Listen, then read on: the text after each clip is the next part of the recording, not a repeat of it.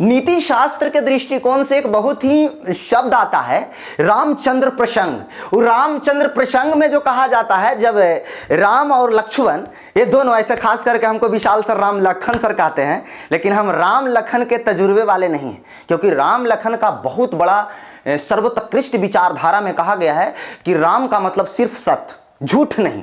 लक्ष्मण का मतलब जो अपने लक्ष्य के लिए मिट जाए लेकिन पीछे डिगे नहीं, इसको कहते हैं लक्ष्मण।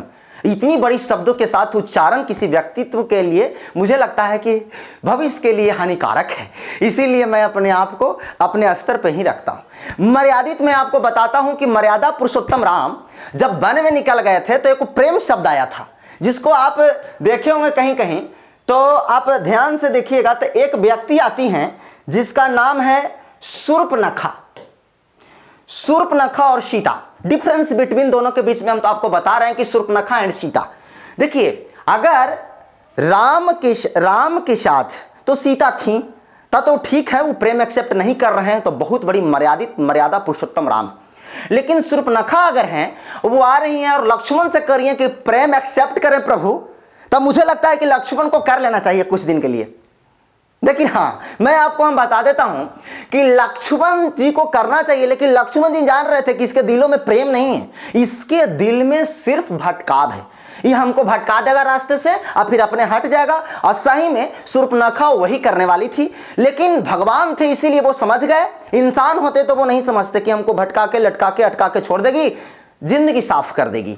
इसीलिए हमेशा जो राम थे वो मर्यादित तो थे ही, लक्ष्मण भी मर्यादित थे, अपने भाई की विचारधारा को पालन करते थे, अपनी निष्ठा पर बरकरार रहते थे। भाई साहब, एक बात आपको मैं बताऊं कि जो लक्ष्मण जी हैं वो नाक का इसीलिए शूर्पणखा को काट लिए क्योंकि सादगी का प्रेम नहीं था उसके अंदर, शूर्पणखा के अंदर। अगर शूर्पणखा सच्ची प्रेम लेकर के आती तो मुझे लगता है कि वो एक्सेप्ट कर लेते, लेकिन वो समझ गए कि कब पलटानियां मार देगी, केकरा कहे पर पलटानियां, भाई के कहे पर कौन दिन पलटानियां मार देगी, ये कोई गारंटी नहीं।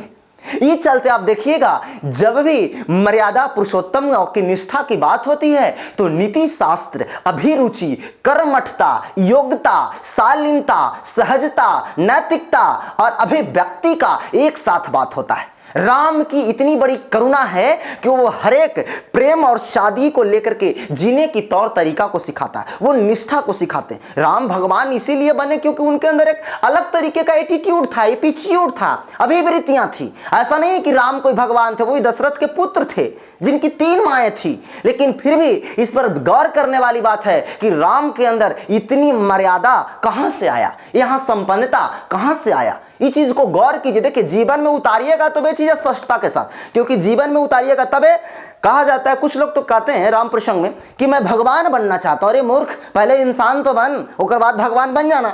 भगवान बनने के चक्कर में ढेर बाबा दिखावे के चक्कर में रहते कि मैं तो भगवान हूं।